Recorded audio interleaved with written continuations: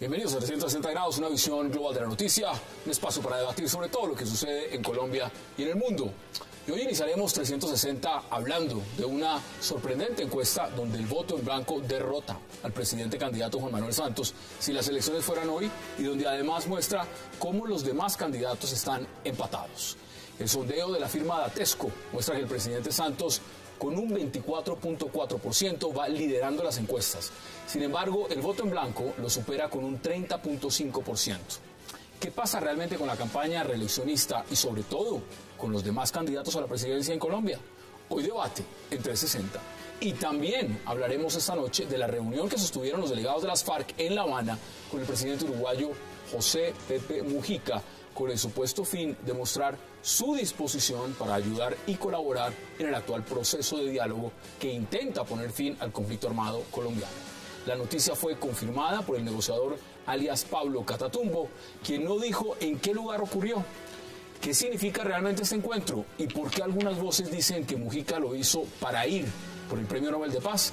Debate hoy en 360 y no se muevan, que ya en segundos le damos la bienvenida a nuestros invitados.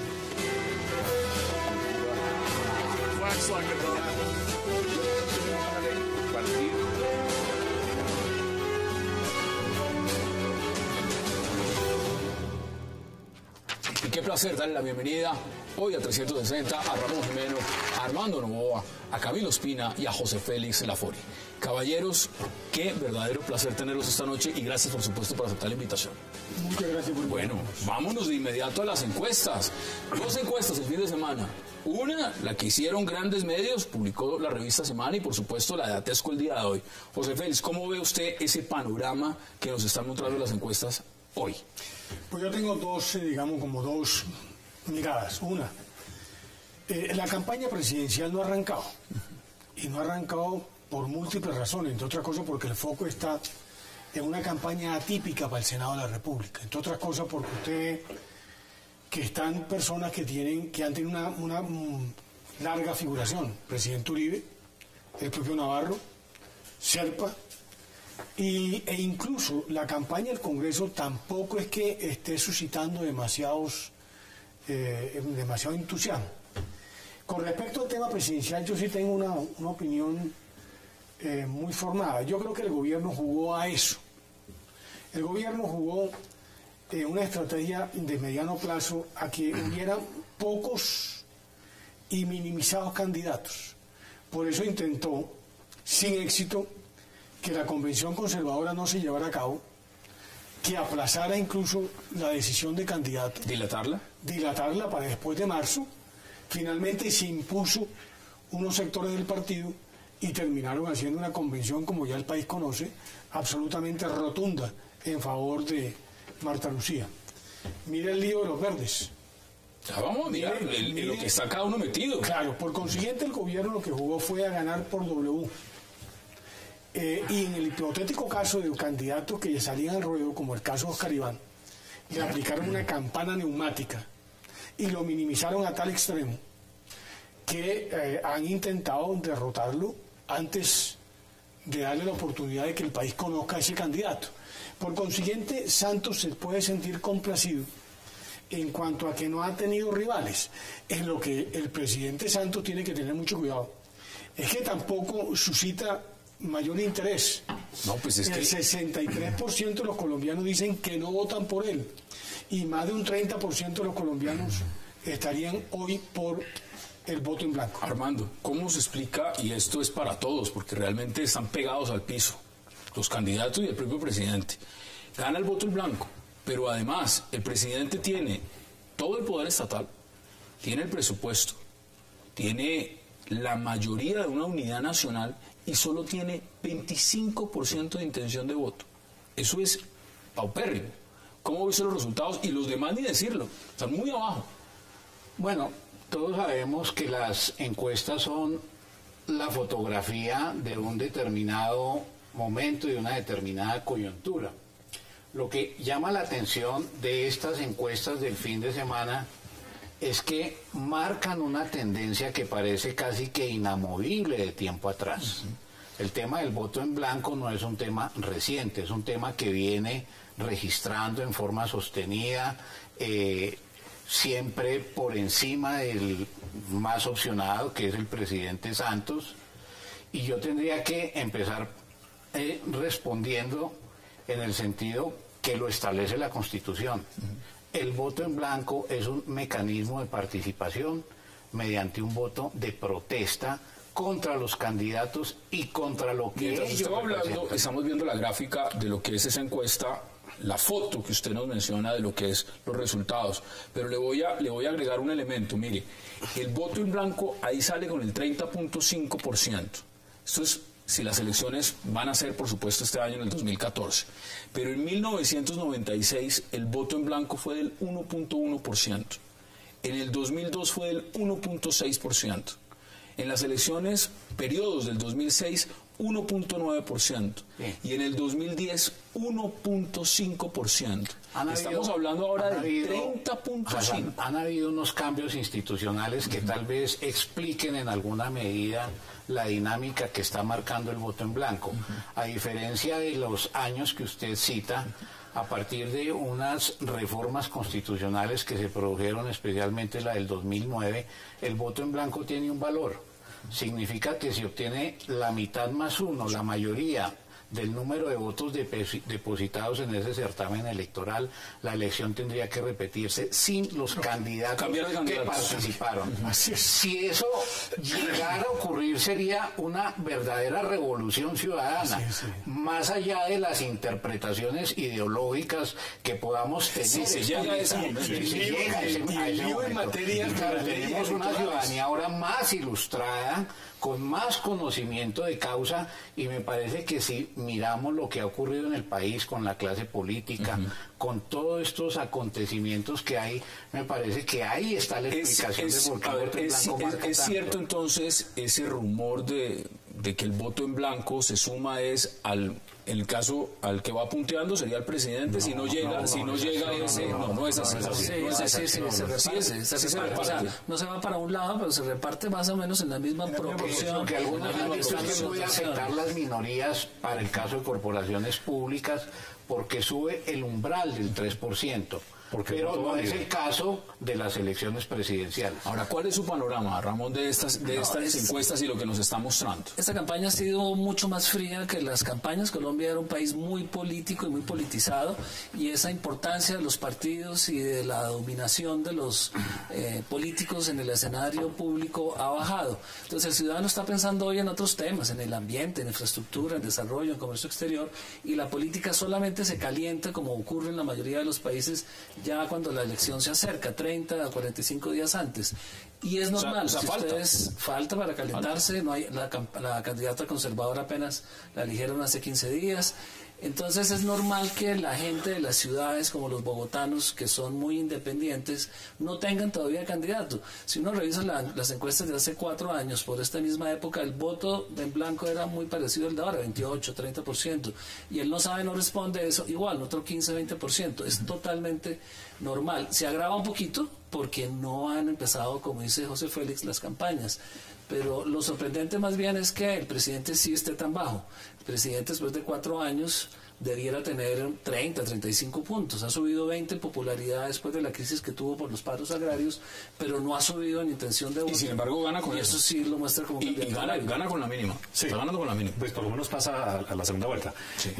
Yo creo que el tema básico es que no se mueven los candidatos. Es decir, el presidente de noviembre acá no se mueve en ninguna de las encuestas, ¿no? Entonces, las encuestas en una línea común que básicamente da unos resultados bastante parecidos. Mis cifras no son iguales, es decir, el voto en blanco no era tan fuerte en el 2010. Es decir, en enero era muy parecido, yo revisé las encuestas, 25%. Sí, lo que sí es claro es que con un panorama tan frío, en el cual hay que anotarle a Marta Lucía, que es la única que avanza, ¿no? Los demás prácticamente se quedan en el mismo punto. En esta encuesta ya es la segunda, o sea, bueno, voto en blanco primero, presidente segundo, iría Marta Lucía. Ramírez ya por encima de Oscar Iván Zuluaga. Correcto. Tenemos Una milésima. Un Oscar Iván que se mantiene ahí o inclusive retrocede algo, y un candidato como Peñalosa que no tiene partido, no se sabe si es candidato, si no es candidato, dónde está. Es el único viable de los verdes, ¿no? Ningún otro de los verdes clasifica siquiera al 1%. Entonces, no, si los verdes quieren entrar, es con Peñalosa, no es de otro. Si quieren algo viable, por lo menos. En ese orden de ideas, la campaña está completamente fría. Es decir, el presidente no se mueve, los demás candidatos no se mueven. Yo estoy de acuerdo, estamos todavía a 4 meses. Pero a 4 meses, normalmente en otras épocas se está empezando a mover, la opinión ya estaba tomando rumbo. Aquí parece congelado. En la opinión de ustedes, aquí no hay opción ninguna, es decir, de que se gane en primera vuelta.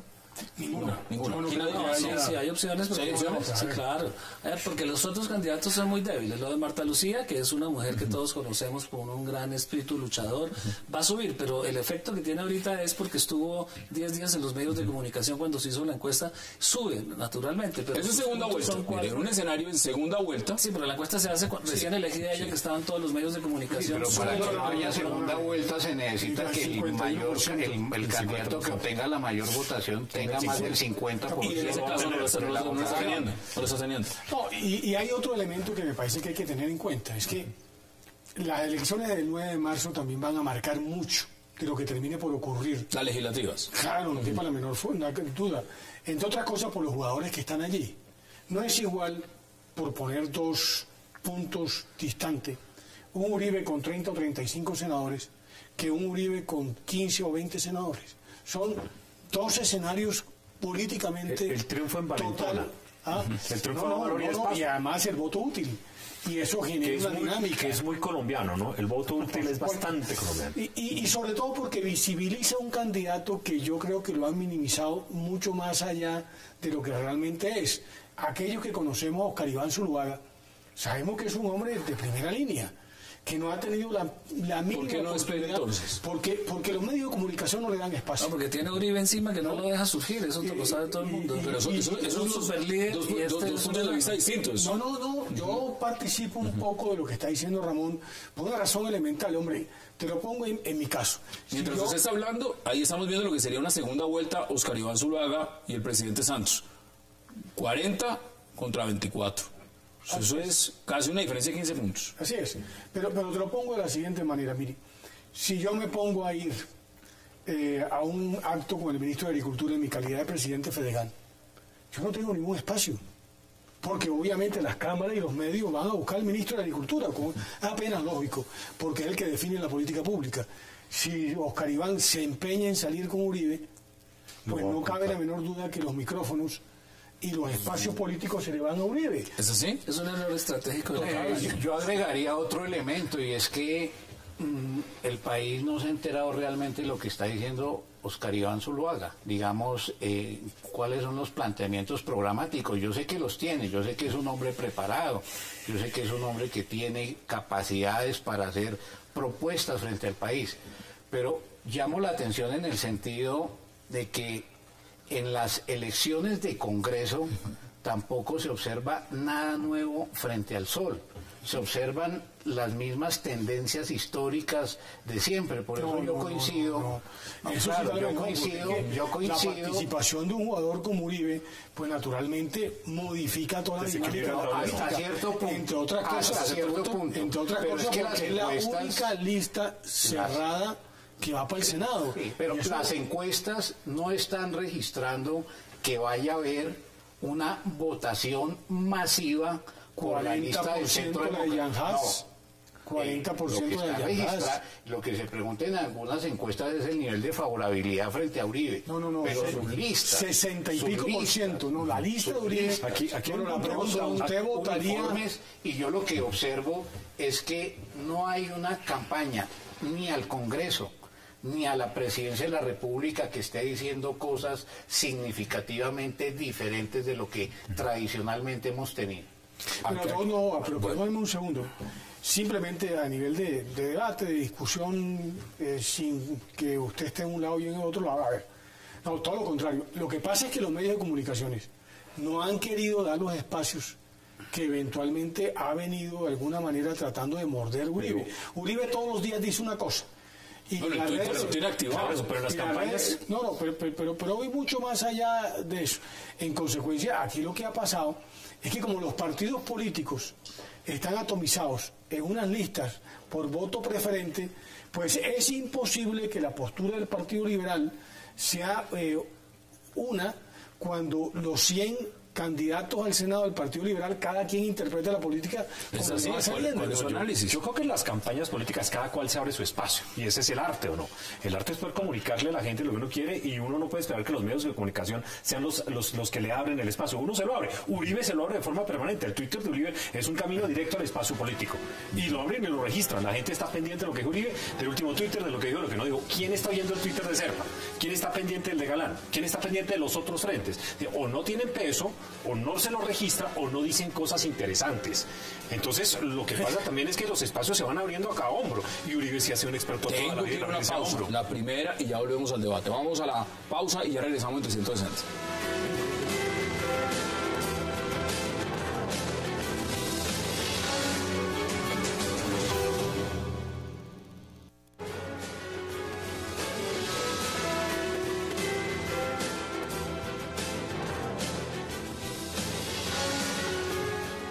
Regresamos a 360 y estamos viendo cómo sería esa segunda vuelta, porque todo indicaría, con las cifras que hay, los números, los resultados, pues en Colombia en este momento se daría una segunda vuelta. El otro opcionado sería pues Enrique Peñalosa, y con Enrique Peñalosa también le gana el presidente Juan Manuel Santos, y Peñalosa sacaría 29.6%. Pero justamente el momento, la frialdad de la campaña, lo que muestra es que el presidente puede ganar fácilmente en primera vuelta. Si hoy tiene 40 puntos con Peñalosa y 40 puntos frente a Marta Lucía prácticamente, y 30 de no sabe o voto en blanco, quiere decir que si el 40% vota por él, está en 52 puntos. Bueno, eso dice desde Fundación Buen Gobierno, dice que le están apuntando a ganar en primera. Ahora, estas encuestas lo que muestran es que el presidente puede ganar muy fácilmente en primera vuelta. Pues si tienes 45% de no sabe, no responde. 25, sí. La Tiene pregunta es, ¿qué pasa si el voto 25 blanco es con mayor? todos. 25 ¿Qué con pasa si el todos. 25 votó que el presidente? Sí, además hay que cruzarlo también con otras encuestas de opinión. ¿Qué porcentaje de los encuestados quieren la reelección del presidente, por ejemplo? 63% que dicen no. Entonces, digamos, aceptemos que en estas encuestas el presidente Santos es ganador, que va a haber segunda vuelta, pero que todavía las tendencias electorales, como dice el doctor Lafourcade, no están determinadamente marcadas porque faltan las elecciones de marzo. Ahí se conocerán. Usted hablaba de marzo, entonces hablemos de marzo. Esta encuesta, Tatesco, nos habla de los partidos políticos y le pregunta a los encuestados: si las elecciones al Senado fueran mañana, ¿por qué lista de qué partido político votaría usted? Y encabeza el partido de la U. 18.2. Pero por una razón, porque el gran problema del presidente Uribe es que aún se le sigue identificando con la U. Por eso la campaña de Uribe tiene que ser simplemente yo soy Centro Democrático, no soy la U, tiene que negar la condición de tal, porque de lo contrario habrá muchos incautos que terminarán votando por donde no es. Partido Liberal, segundo, 12.2%. Tercero, Partido Centro Democrático. Las elecciones de Congreso son muy individuales. Es decir, cada senador trata de encontrar su propio nicho y lograr su propia votación, independientemente del partido. Es decir, hay mucha gente que independientemente del partido va a votar por el senador Gerlain, hay mucha gente que independientemente del partido va a votar por Serpa. Normalmente tendrían a tener una alineación, pero no necesariamente la identificación del partido implica la votación por el individuo. La ventaja de Uribe fundamentalmente está en que el 80% de la población ya vive en centros urbanos entendiendo las grandes ciudades, inclusive ciudades medianas. Eso significa que la opinión, que es lo que genera eso, que la gente vive en centros urbanos, es muy importante en ese contexto, y en ese contexto Uribe sí tiene una ventaja muy, muy grande, que yo creo que va a rendirle frutos importantes. Lo que pasa es que las encuestas de Senado normalmente son muy desacertadas, por bien hechas que estén como estas, que están muy bien hechas. Porque el universo sobre el que se aplican no corresponde al universo de los electores para Senado. Entonces se equivocan totalmente. Cada candidato en las regiones es distinto. El voto por cada candidato en cada región es totalmente diferente. Entonces habría que hacer una encuesta, como se hace en los países como Estados Unidos, donde los candidatos son por departamento. Sí se puede hacer una encuesta y es certera. Aquí no, aquí te indica la afiliación por otra razón, partido. Y es que ese se nada pregunta más. por qué partido va a votar usted cuando hay una crisis en los partidos y la gente no tiene una adhesión a los partidos, sino a las personas, sobre todo los partidos Claro, es un buen punto. que van con voto preferente. El caso de la lista del Centro Democrático es excepcional, es una lista absolutamente, digamos, personalizada en la figura del presidente Así es. Uribe, pero en los demás partidos van todos con voto preferente y entonces la gente no vota por el partido sino por el candidato de sus preferencias. Realmente los partidos son unas montoneras que sirven de sombrillas para aspiraciones personales. Hay un hecho que me parece que vale la pena volver sobre él. ¿Por qué el Consejo Nacional Electoral devolvió 2 o 3 veces el logo de Uribe? ¿Por qué le impidió poner Uribe Centro Democrático? ¿Por qué le impidió poner la foto? Porque era evidente, por lo que dice el doctor Novoa, que la gente va a buscar es a Uribe. Y lo que ha pretendido la U es tratar de enredar o confundir, engañar al elector, creyendo que Uribe está en la U y no en Centro Democrático. Por consiguiente, yo sí creo que lo que viene aquí en adelante es una campaña, y Ramón lo sabe muy bien, es una gran exposición en medios para que el elector, ese 80% del elector urbano que ve televisión y que tiene un nivel de información mucho más directo, claramente le quede identificado que Uribe es Centro Democrático, que Uribe no es la U, No es la U. que la U es, por el contrario, es Chamorro, y que Chamorro no tiene nada que ver con Uribe. ¿Qué va a pasar? Se van a enredar más. Pero es una anomalía de la democracia, porque es que Esa anomalía. pues porque cuando se vota por listas a Congreso habría que votar por partidos, no por personas o personas que representen partidos. Entonces agreguémosle a eso la reciente decisión del Consejo Nacional Electoral de duplicar los gastos de la campaña, 74 mil millones de pesos para campaña al Senado de la República. Pero a mí me Entonces, parece- eso va a ser una feria, digamos, Visual. de gastos de dinero, pero de Armando, medios de pero Armando, comunicación. por lo menos- Paradójicamente, en esa competencia no van a aparecer los partidos, sino los Las personas, candidatos. las personas. Por eso digo que es una anomalía Pero democrática. por lo menos nos acercamos un poco a la legalidad, ¿no? Porque al subir por lo menos colocamos a la gente dentro de la ley. Porque es que lo que teníamos históricamente es que se gastaba muchísimo más en la campaña, lo reportado, todo el mundo terminaba... Esa me parece que es una mala solución, porque incrementar los gastos de la campaña en lugar de regularlos y establecer unos sistemas distintos de El doctor, financiación. el de las doctor opina campañas. como que no ha ido cómo se hacen las elecciones en Córdoba. No, yo sé. No, claro que no. Porque en Atlántico, Porque van a es seguir decir, un repartiendo, senador se puede ganar, o 2 o 3 senadores se puede gastar el tope de la lista. No, sí, con seguridad. Y de hecho creo que lo están invirtiendo. No quepa la menor duda. O sea, un senado en Córdoba cuesta 15 a 20 mil millones de pesos. 30.000 hay unos que Bueno, están diciendo que están ¿qué es lo que a mí me 30.000. parece absolutamente aberrante? La pregunta primero es, ¿dónde le dan los 30.000 millones, no? Bueno, en los cupos indicativos, Pero... ¿no? le toca En hacer la un fraude, mermelada. pero le toca hacer un fraude. En la gigante. mermelada, Eso hombre. no ha sido solamente Mira, en este gobierno. hay senadores que están comprándole a otros por el 10 y el 12% los cupos indicativos que le asignó el ministerio a otro colega. Simple y llanamente. No dejemos de lado, acá hay un elemento en estas elecciones, porque pues ustedes han hablado de la U, han hablado del Centro Democrático, pero Ramón, ¿dónde me deja a la Alianza Verde? Porque la Alianza Verde aquí también La figura. Alianza Verde está con Santos, porque es Petro, que Petro está respaldado por Santos, porque Santos necesita que la izquierda le sube para que en primera vuelta pueda ganar, y Petro está haciéndole ese favor con la toma que hizo, la captura que hizo de Alianza Verde. Los que quedaron por fuera fueron los verdes, y es absurdo que Peñalosa vaya a ser candidato de los verdes. Ningún peñalosista va a votar por Petro, y ningún petrista va a votar por Peñalosa. Esa es la alianza más absurda que puede existir. Sacaría Entonces, se van a salir- 5.4% si hablamos de las legislativas, ¿no? En el marco de la legislativa es el porcentaje. ¿Cómo dice la Alianza Verde? Bueno, es que Ramón me está dando una clave que no había entendido. Yo no sabía por qué Ángela Robledo y todo el progresismo terminó de alguna forma invalidando la regla de juego que habían escogido para evitar la candidatura de Peñalosa. Y lo que Ramón dice es que por instrucciones de Santos, dentro de la teoría que yo formulé al comienzo, lo que quieren es ganar por W. Es decir, que no se presente ningún candidato medianamente respetable para ver cómo está mal candidato, cómo logra ganar las próximas elecciones. Bueno que lo enfrente. Exactamente. Es una buena estrategia. Es una estrategia. No, pero esa es una interpretación que no tiene... Es riesgoso. ¿No es así? Yo que he estado, yo he estado en un ejercicio, ejercicio de aproximar a lo que llamamos la tercería y los sectores alternativos. Lo que explica la necesidad de una candidatura distinta es precisamente diferenciarse del presidente Santos.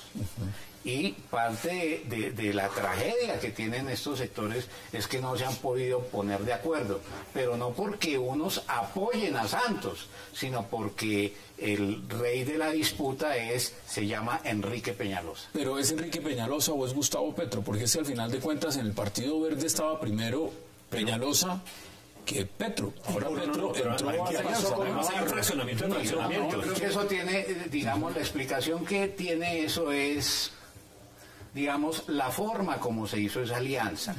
Como los progresistas no tenían posibilidad de una personería jurídica para competir en las elecciones, hicieron una fusión con los verdes que también necesitaban fortalecer su andamiaje electoral a efecto de pasar la barrera del umbral. Pero eso a mi manera de ver no resultó del todo bien porque se hizo una alianza mecánica sin medir las consecuencias que eso implicaba y ahí tenemos los resultados. Y la izquierda queda totalmente fracturada, ¿no? Porque es que es una fractura de fracturas. Primero está el polo que los unifica, el polo se fractura, aparecen los progresistas, están los verdes que eran independientes en su momento, eran más centro, eran verdes, eso no se sabía exactamente qué era, y terminamos en una fusión de progresistas con verdes, el polo allí y ahí daba ya. Ya son los 50 años que desde que yo me conozco la política colombiana, si ha habido un sector que se ha fraccionado sobre la fractura, es de los sectores de izquierda. La izquierda de Colombia es canibalesca. Uno se carga ahí mucho porque se le comen los brazos. Menos canibalesca que los partidos tradicionales. Lo que pasa es que mantiene a los partidos tradicionales ustedes lo saben perfectamente, ahora le llaman mermelada, antes auxilios parlamentarios, antes clientelismo. El que esté al lado del gobierno mantiene esos partidos. Los partidos tradicionales son más hábiles porque en algún punto se asocian, en algún punto negocian, en algún punto la izquierda no logra hacer esos procesos. A ver, ¿cómo se explica que en este momento los conservadores estén diciendo ya en los medios que están por fuera de la unidad nacional, pero como dice Ramón, los ministros están ahí, eso los dejan ahí, entonces ¿de dónde salieron de la unidad nacional? Hay un cuento muy bueno, que cuando finalmente resuelven irse, entonces los ministros que están allí ya no están a nombre del partido, sino a título personal. Son ministros técnicos. Por favor, que no se acuerden del gobierno de Barco y no se acuerden en varios gobiernos donde están participando a título de técnicos. Último tema. La pregunta de los conservadores es bien clara. ¿Qué van a hacer ahora que la candidata coge el punto y queda en segundo lugar? Que curiosamente empieza a volverse viable. Es que ya está por encima. ¿Qué va a hacer el presidente Uribe con su candidato? Mire, nos queda menos de un minuto, pero brevemente, en 20 segundos. ¿Y cambio radical qué, Ramón? Cambio radical.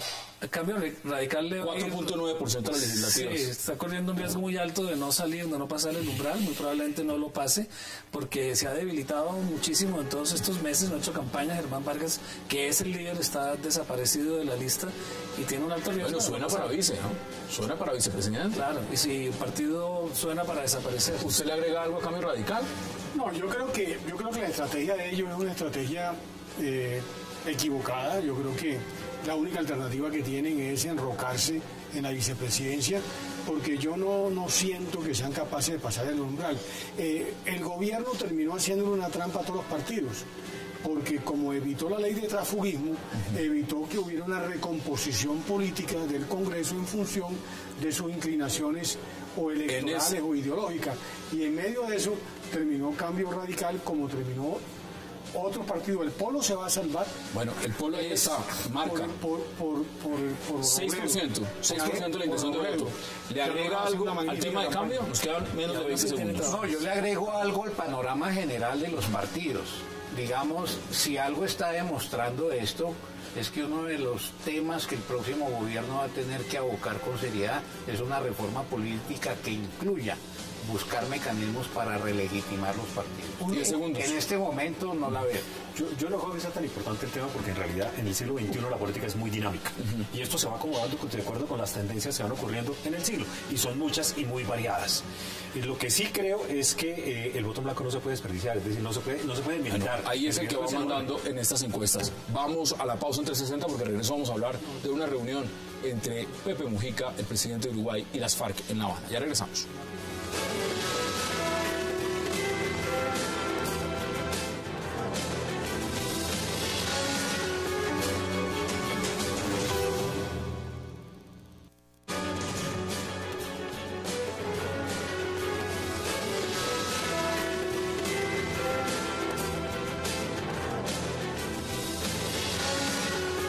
Regresamos a 360 y por supuesto vamos a hablar ahora de Pepe Mujica, presidente de Uruguay y las FARC. ¿Cómo ve usted esa reunión? Pues a mí me parece de alguna forma normal. Pepe Mujica es el líder de la izquierda nacional, de la izquierda democrática en el continente, y es un hombre que está buscando su premio Nobel de Paz, lo dicen en Uruguay. El que ha leído las noticias hoy en Uruguay ve como parte de los partidos políticos y el partido que apoya a Mujica lo están candidatizando al premio Nobel. Independientemente de eso, yo creo que es un hombre de buena fe, que está buscando algún tipo de elemento, no tiene espacio en la negociación, claramente, no con las FARC, y es un hecho más bien político, más bien simbólico, si se quiere. ¿Es simbólico? No, yo creo que aquí hay varias cosas. Primero, a mí me parece que el cuento del Premio Nobel de la Paz han venido dándole... Inventándoselo ellos. Pero todo el mundo, o sea, y Santos también, y Pastrana, y el otro. Y se lo dieron a Obama, y lo que hizo Obama fue más bien recrudecer la guerra, ¿no?, en el Medio Oriente. Se lo dieron al rey de los aviones no tripulados. Así es, ¿cómo te parece? Entonces, a mí me parece que ese cuento puede del Premio Nobel. Yo siento que Santos venía jugando a eso, y lo invitó.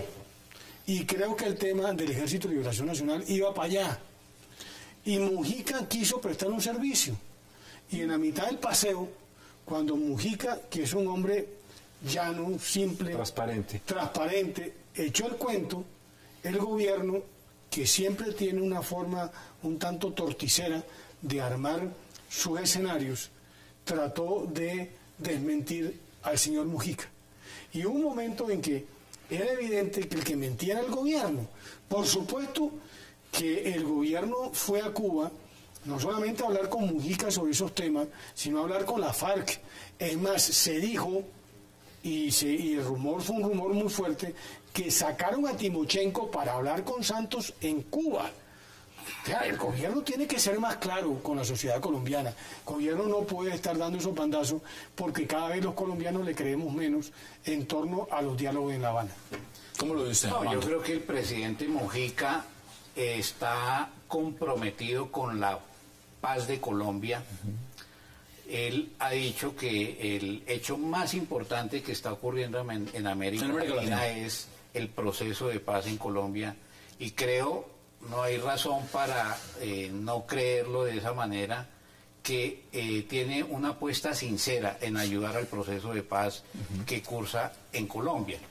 No me cabe duda de que para sentarse con los delegados de las FARC en La Habana, el gobierno colombiano ha debido estar enterado previamente de esa circunstancia, lo cual no me parece ningún desafuero, porque si algo pudo haberles dicho Mujica en esa reunión es que aceleren la negociación, porque en la reunión de La Habana la pretensión que manifestaron los presidentes es en convertir a América Latina en una región de paz, y el único conflicto armado que impide que eso sea una realidad es el conflicto colombiano. Mire, hay un elemento, y porque es importante mirarlo en coyuntura. Vamos a ver un video donde el segundo hombre de Pablo Catatumbo, mientras el presidente Mujica estaba en La Habana hablando con las FARC, pues el segundo hombre de Pablo Catatumbo, el señor alias Walter Mendoza, hablaba con niños en el Chocó. Esto lo reveló Noticias 1. Veamos exactamente qué le estaba diciendo el segundo de Pablo Catatumbo a los niños en el Chocó. Las FARC, compañeros, las FARC nunca va a entregar las armas. Las FARC nunca va a traicionar al pueblo. Las FARC no van a entregar las armas. Entonces, mientras hablamos de zona de paz, un territorio de paz allá en La Habana, aquí los que están al frente del cañón están diciendo: ustedes no se preocupen, nosotros no vamos a entregar las armas. ¿Cómo hacemos entonces? ¿Qué estaba haciendo el señor Pepe Mujica allá? ¿Hablando con quién? Lo mismo que hace el gobierno. Lo mismo que hace el gobierno es dar la guerra mientras habla en La Habana. Pues las FARC siguen haciendo la guerra mientras entregan las armas.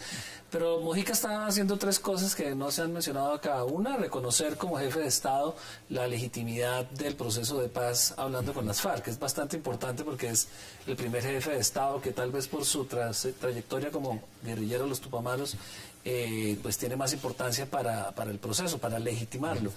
La segunda es que el tema que se está abriéndose el de las drogas, y Mujica, que es el tercer elemento, fue la primera persona que se atrevió, el primer país que se atrevió a legalizar la marihuana. Entonces está mandando un mensaje indirecto en el tema más importante de la negociación, o más complejo tal vez, que es el de cómo se deja el narcotráfico o cómo las FARC dejan de estimular o respaldar el narcotráfico mediante la legalización de la marihuana o buscando otros caminos.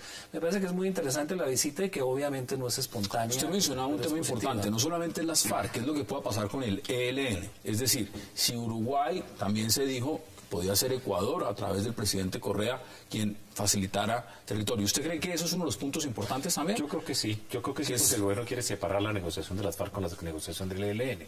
Si a mí me pregunta, yo me siento más cómodo en Uruguay que en Ecuador. Pero pues es una decisión que tendrá que tomar el gobierno. Quizás también quiere de alguna forma acabar de mejorar las relaciones con Ecuador, y eso sería un buen punto, pero uno debe buscar el lugar que pueda ser más idóneo para una negociación, y Uruguay es un lugar perfecto para hacerlo. Por los mismos antecedentes de Mujica, de ser ex-Tupamaros, todo ese tipo de cosas, tiene mucha legitimidad. Ahora la otra pregunta es, no hemos oído nada del ELN, ¿no? Es decir, en términos reales... Hay un tema que plantea el doctor Novoa, que a mí me parece que no es de cualquier monta. Dice, hombre, a Uruguay o a Mujica le interesa que realmente avance la negociación. Por supuesto, como le interesa a Correa, como le interesa a Maduro, como le interesa a Evo, como le interesa a Ortega. ¿Por qué? Porque se montaron en el cuento del Foro de Sao Paulo. Y es evidente que es mucho más sencillo conquistar el poder a través de los votos que a través de las armas. El gran problema, como bien lo decía el guerrillero, es que ellos están en otro negocio, que es el negocio del narcotráfico, que es un negocio bastante jugoso como para dejarlo de la noche a la mañana. Por consiguiente, yo es creo... el punto que están negociando ahora, ¿no? Claro, pero es el punto del narcotráfico. Claro, como el tema de las víctimas, como otra serie de temas. Todos los puntos son bastante complicados. Pero, por supuesto, cuando tú tienes un negocio de 6, 8 mil millones de dólares al año, es evidente que no lo vas a dejar de la noche a la mañana. Y Cuba no se puede convertir en un lavadero, que es el gran problema del gobierno. Por eso, yo siento que todos estos esfuerzos que se están haciendo simplemente son de dientes para afuera. La negociación no avanza, ni avanzó en el tema agrario, ni avanzó en el tema de la participación política, ni va a avanzar en el tema del narcotráfico, y ya yo veré cómo va a avanzar en el tema de víctimas. Dos comentarios. El primero es que, pues, si aplicáramos esa lógica, doctor Lafourcade, tendríamos que decir que la agenda del Foro de Sao Paulo la compró Obama, la compró la Unión Europea, la compró España, la compró Francia. ¿Qué significa la compró? Pues, digamos, la hizo suya, porque usted está diciendo que los presidentes Correa, Evo Morales, Mujica, Fidel Castro, Maduro, les interesa promover una negociación porque están apoyando las decisiones del Foro de La Habana, que como todos nosotros sabemos es un foro, digamos, de las izquierdas latinoamericanas. Pero, izquierdas que no creen en la democracia liberal, izquierdas que terminaron eso no es cierto. Yo no voy a defender el foro de Sao Paulo, pero eso no es cierto. Sistemas que de alguna manera le niegan los escenarios de la economía de mercado. Lo que está pasando en el hemisferio. Ortega va simplemente a elegirse como otro sátrapa. Los señores de Cuba, donde va el hemisferio a rendirle pleitesía, modificaron todos los sistemas interamericanos. Y entonces Obama, ¿por qué está apoyando esa agenda? No. Los americanos protestaron la semana pasada precisamente por el tema del CELAC.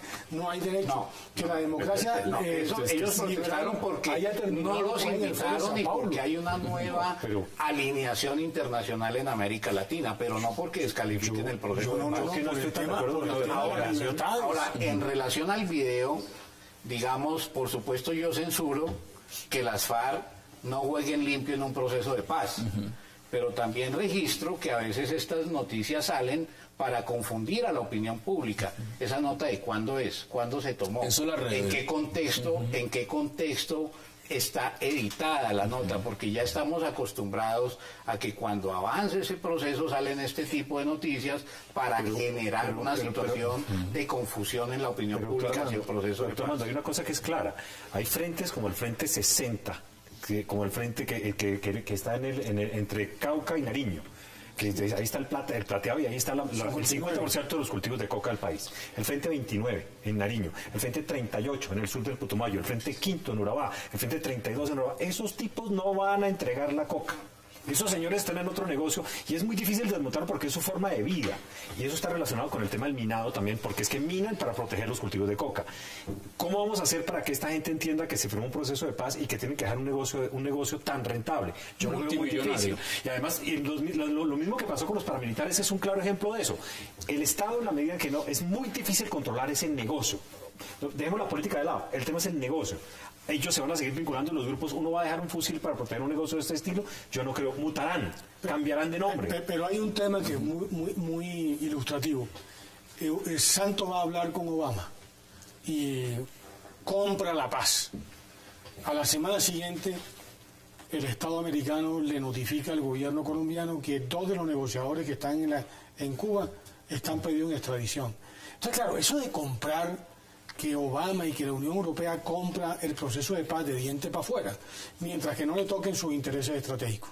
Y el tema narcotráfico, como el tema libertades, ¿o usted cree que los europeos están muy cómodos con que Correa conculque libertades a los medios de comunicación, o que Cuba tenga durante 10 o 15 años presos periodistas, ¿no? Que son presos políticos? Yo no creo que las democracias liberales del occidente vayan en esa dirección. Nadie está comprando eso. El cuento de la paz. Bueno, pero en la CELAC todos apoyaron. Todos fueron allá.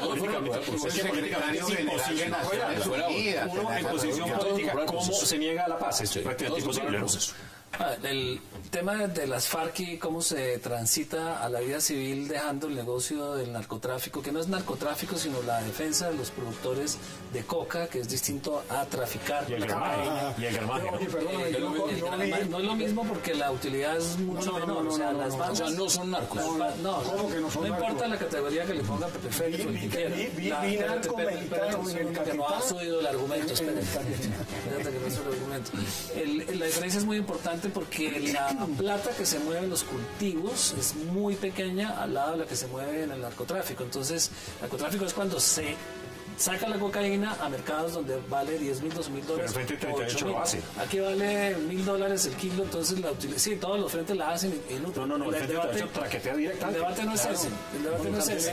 El debate es que quedan obviamente unas bandas de guerrilleros, exguerrilleros, que van a seguir con el negocio, pero la mayoría va a continuar. Entre otras cosas, no porque las FARC quieran o no quieran, los que queden, sino porque México y otros países, Bolivia y Perú, han asumido la exportación que Colombia ha caído, porque ahora es más costoso producir y exportar cocaína de Colombia que de otros países. Entonces, no es un tema tan complejo como parece, y además se necesita que ellos, como fuerza que controla esas zonas donde hay producción de coca, de hoja de coca y de pasta, sea controlada por las FARC, justamente para poder distribuir el narcotráfico. Tienen que darle... Tenemos que ir a la pausa y les doy la palabra de inmediato. Vamos a la pausa en 360 y ya regresamos. Pueden debatirlo.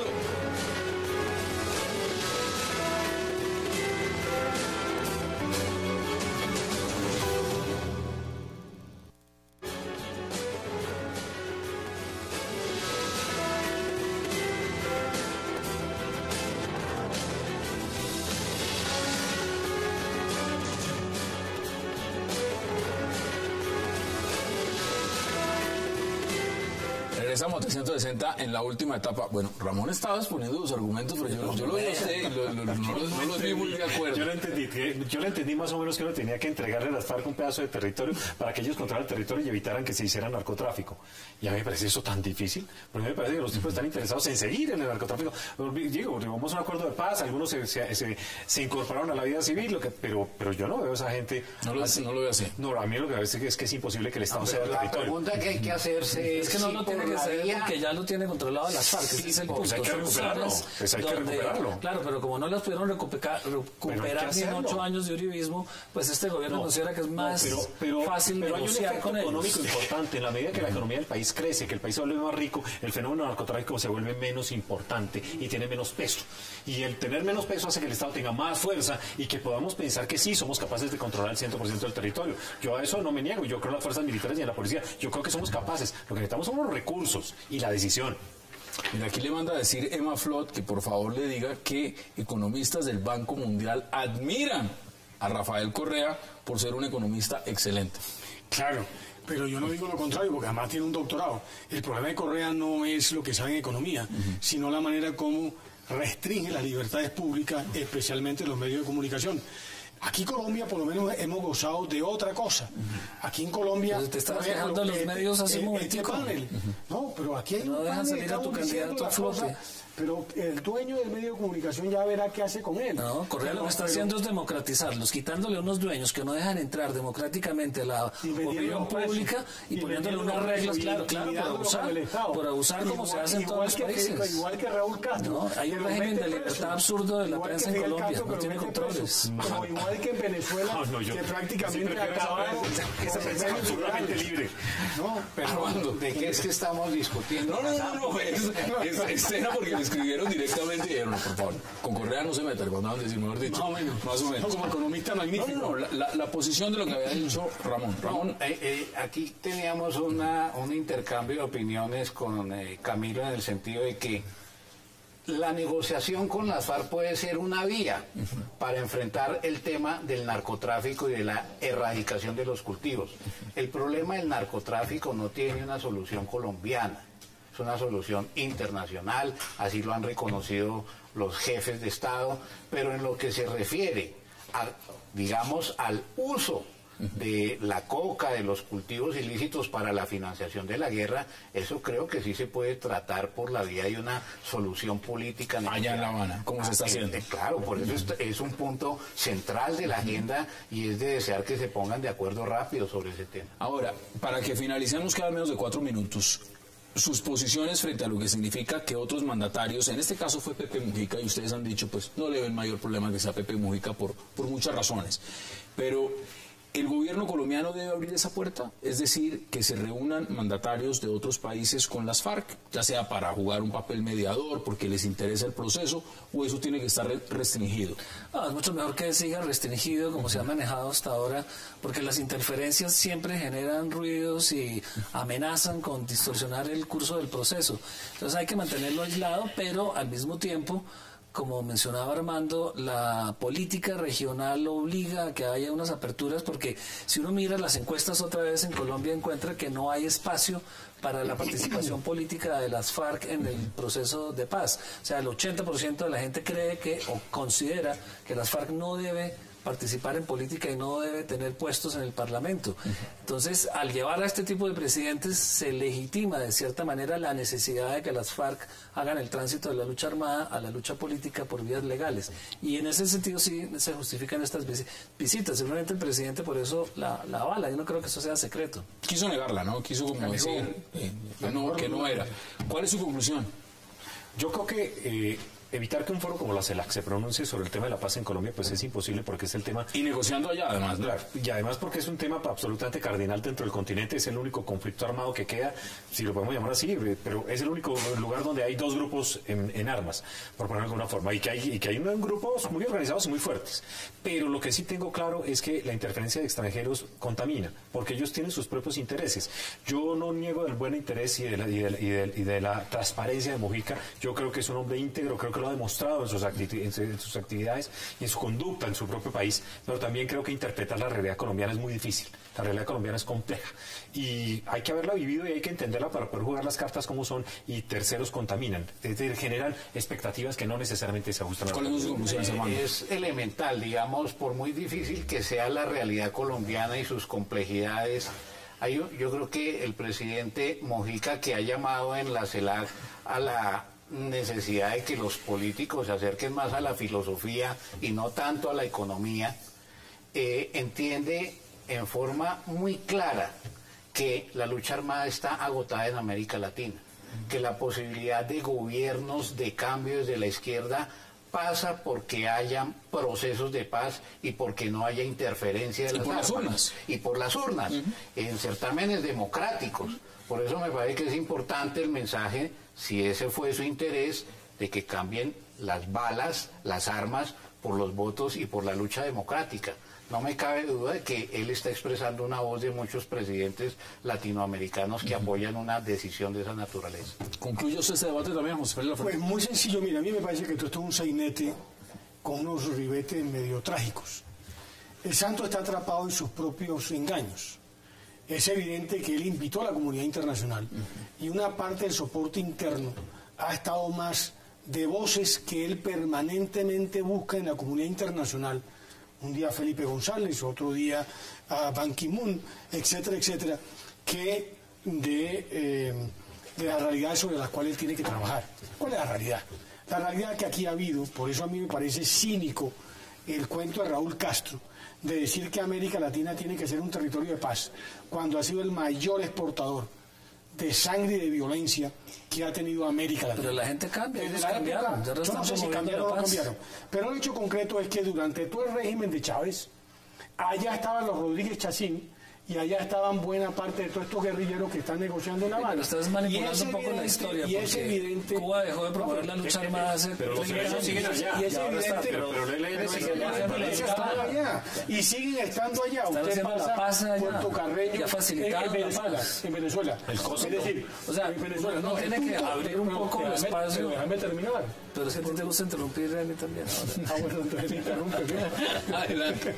No, entonces lo que no hay derecho es que este juego de hipocresías. No, aquí lo que estamos es en un escenario que naturalmente la comunidad internacional participa porque el gobierno les invitó. No, y nadie va a estar en contra de la paz. Es un discurso imposible. Perdóname, es que el cuento de la paz es un cuento... En sí mismo, pues, muy bonito, pero complételo. ¿Qué es paz? Paz es el cumplimiento de la ley. Paz es el acatamiento... Se nos acabó el tiempo. ¿Le agrega usted algo? ¿No? Están las posiciones.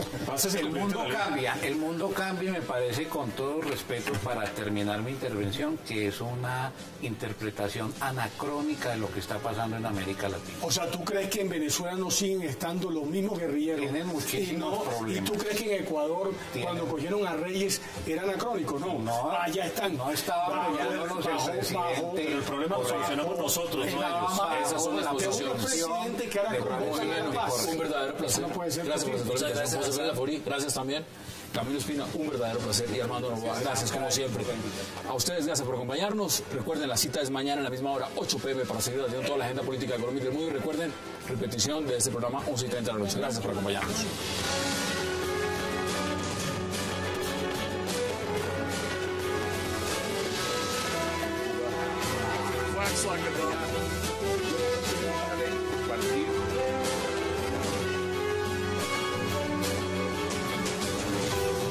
Jugó una estrategia de mediano plazo a que hubieran pocos y minimizados candidatos.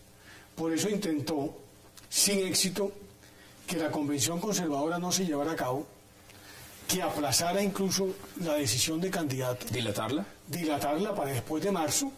Finalmente se impuso unos sectores del partido y terminaron haciendo una convención, como ya el país conoce, absolutamente rotunda en favor de Marta Lucía. Mira el lío de los verdes. Ya vamos a mirar lo que está cada uno metido. Claro, por consiguiente el gobierno lo que jugó fue a ganar por W. Y en el hipotético caso de candidatos que salían al ruedo, como el caso de Oscar Iván, le aplicaron una campana neumática y lo minimizaron a tal extremo que han intentado derrotarlo antes de darle la oportunidad de que el país conozca a ese candidato. Por consiguiente, Santos se puede sentir complacido en cuanto a que no ha tenido rivales. En lo que el presidente Santos tiene que tener mucho cuidado es que tampoco suscita mayor interés. No, pues es el 63% de los colombianos dicen que no votan por él y más de un 30% de los colombianos estarían hoy por el voto en blanco. Armando, ¿cómo se explica? Y esto es para todos, porque realmente están pegados al piso. Los candidatos del mundo, le damos la bienvenida a nuestros invitados.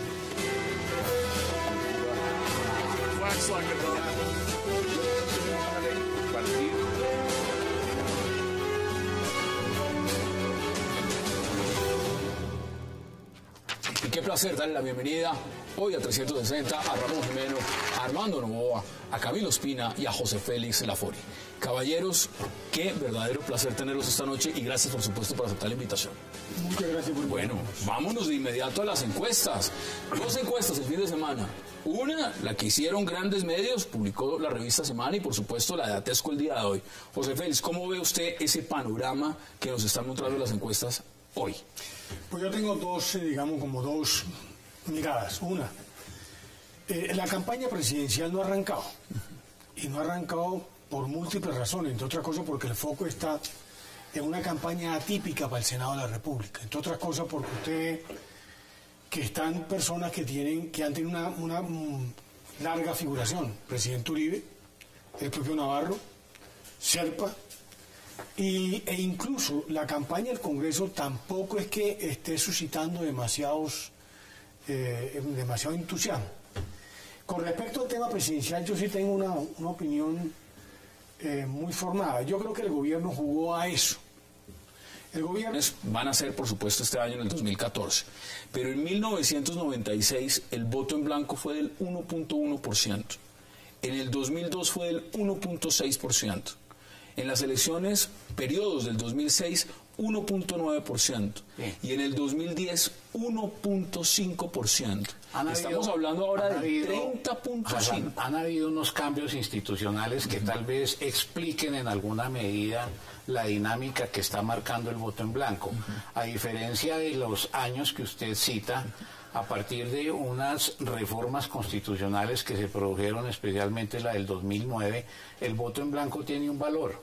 Significa que si obtiene la mitad más uno, la mayoría del número de votos depositados en ese certamen electoral, la elección tendría que repetirse sin los candidatos que participaron. Si eso llegara a ocurrir, sería una verdadera revolución ciudadana, más allá de las interpretaciones ideológicas que podamos tener.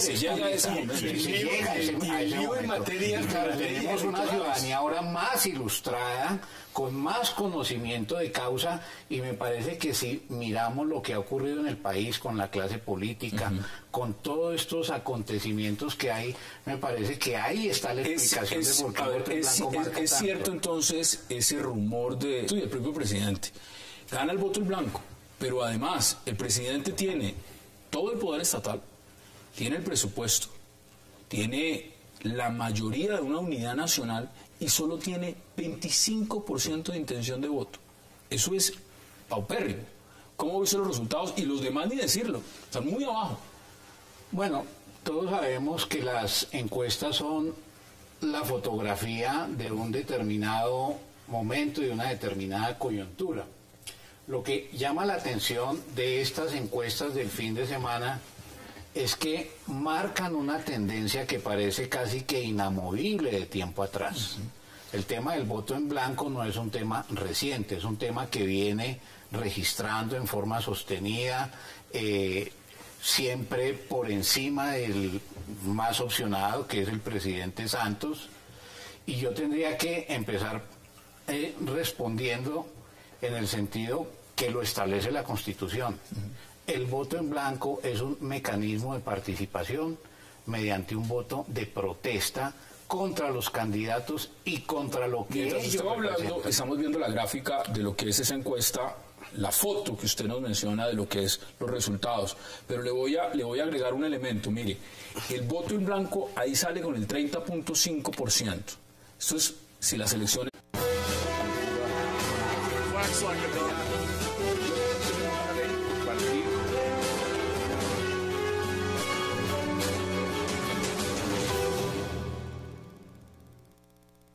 Bienvenidos a 360 grados, una visión global de la noticia, un espacio para debatir sobre todo lo que sucede en Colombia y en el mundo.